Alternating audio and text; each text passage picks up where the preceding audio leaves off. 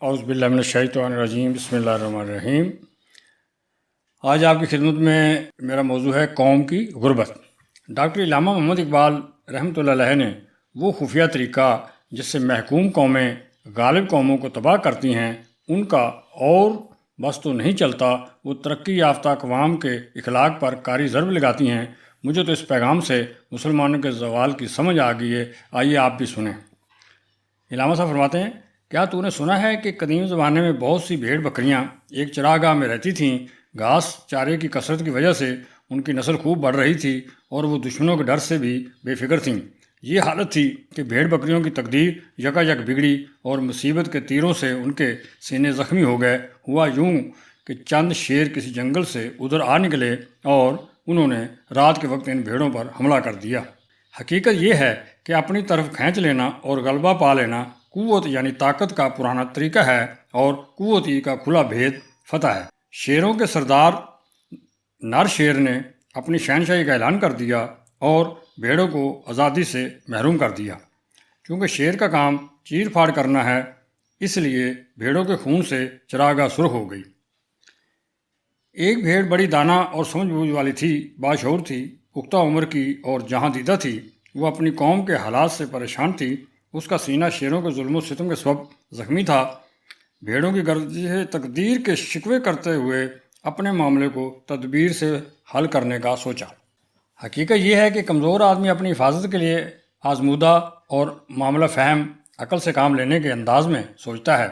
غلامی میں نقصان اور تکلیف کو دور رکھنے کے لیے تدبیر کی قوت بہت بڑھ جاتی ہے۔ جب انتقام کا جنون پختہ ہو جاتا ہے تو غلام کی عقل نت نئے مکر و فریب سوچنے لگتی ہے۔ بھیڑ نے کہا کہ ہم میں اتنی طاقت کہاں کہ ہم شیر سے نجات حاصل کر سکیں، اور وعظ و نصیحت سے یہ نہیں ہو سکتا کہ بھیڑ بھیڑیا بن جائے۔ اس کے مقابلے میں یہ آسان ہے کہ نر شیر کو بکری بنا دیا جائے، اسے اس کی اپنی ذات سے غافل کر دیا جائے۔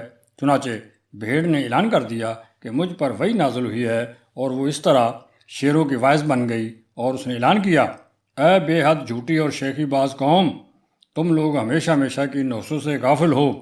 اب یہ شیروں سے کہہ رہی، میں روحانی قوت سے مالا مال ہوں، مجھے بے حد روحانی قوت عطا ہوئی ہے، میں شیروں کے لیے خدا کی طرف سے بھیجی گئی ہوئی رسول ہوں، میں بصارت سے محروم آنکھوں کے لیے نور بن کر آئی ہوں، میں شریعت لے کر اور خاص حکم و منصب کے ساتھ آئی ہوں۔ میں تمام شیروں سے کہتی ہوں کہ اپنے اپنے برے کاموں سے توبہ کر لیں۔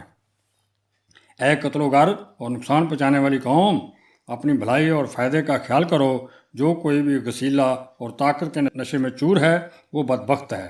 زندگی کو استحکام تو اپنی ذات، اپنی قوت کی نفی ہی سے میسر آتا ہے۔ دیکھو، نیک روحیں گھاس پات کھا کر گزارا کرتی ہیں، جو گوشت کھانا چھوڑ دے وہ خدا کا مقبول بندہ بن جاتا ہے۔ دانتوں کی تیری تجھے رسوائی کر رہی ہے، اس سے عقل کی آنکھ اندھی ہو جاتی ہے۔ جنت تو صرف کمزوروں اور ناتوانوں کے لیے ہے، جبکہ قوت و طاقت ہی خسارے کا سامان بن جاتی ہے۔ شان و شوکت اور ہیبت و دبدبہ کی تلاش و کوشش تو نرا فساد اور برائی ہے۔ غریبی اور تنگ دستی دولت مندی سے کہیں بہتر ہے۔ جلا دینے والی بجلی آسمان سے اکیلے دانے کی گھات میں نہیں رہتی۔ چنانچہ دانہ اگر فصل کی صورت اختیار کر لیتا ہے تو وہ دانشمند نہیں ہے، کیوں؟ اس سے آسمانی بجلی گرنے کا راستہ کھل جاتا ہے۔ اس لیے انبار جمع نہ کیا جائے۔ اگر تم عقل مند ہو تو ذرہ ہی بنے رہو، صحرا نہ بنو، تاکہ تم سورج کی روشنی سے فیض حاصل کر سکو۔ اے شیر، تو جو بھیڑ بکریوں کو مار کر فخر کرتا ہے، اگر تو بلندی کا درجہ حاصل کرنا چاہتا ہے تو اپنے آپ کو ذبح کر، اپنے آپ کو مار۔ یہ جناب آپ غور کریں کہ مغلوب محکوم قومیں ایسی نفسیاتی چالیں چل کر غالب اقوام کو ناتما و ضعیف بنا دیتی ہیں۔ بھیڑ نے کہا، اے شیروں کے بادشاہ، ظلم و تشدد، سختی، انتقام اور قوت و قدرت زندگی کو ناپائیدار بنا دیتا ہے۔ اگر تو عقل مند ہے تو اپنے آپ سے غافل ہو جا، اگر تو اپنے آپ سے غافل نہیں ہے تو پھر تو دیوانہ ہے۔ آنکھ بند کر لے، کان بند کر لے اور ہونٹ سی لے، تاکہ تیری قوت و طاقت فکر وہ بلند آسمان تک جا پہنچے۔ یہ دنیا سراسر ناکارہ اور بے حقیقت ہے، پگلے اس خیالی دنیا سے مت دل لگا۔ چونکہ شیروں کا گروہ لگاتار جدوجہد اور محنت مشقت سے تھک کر چور ہو چکا تھا، لہٰذا اسے تن پرستی کا ذوق بھا گیا۔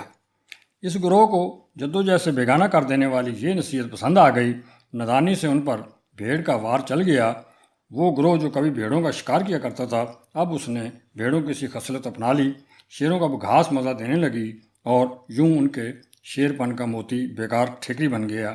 گھاس کی وجہ سے دانتوں میں وہ پہلی سی کاٹ نہ رہی، شعلے بکھیرنے والی آنکھ کی وہ ہیبت نہ رہی، دل سینے سے نکل گیا، یعنی مردہ ہو گیا، گویا آئینے کی چمک جاتی رہی۔ وہ پورے طور پر جدوجہد کرنے کا شوق و جذبہ نہ رہا، عمل کا تقاضا دل سے جاتا رہا، اقتدار، عزم اور ثابت قدمی سے وہ محروم ہو گئے۔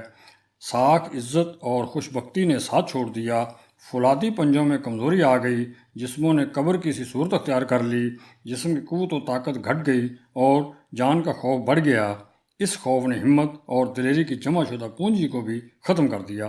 نکارا پن، بے دلی اور پست فطرتی جیسی سینکڑوں بیماریاں پیدا ہو گئیں۔ وہ شیر جو بیدار تھا، بھیڑ کے جادو نے اسے سلا دیا، اس کی قوت میں زوال آ گیا۔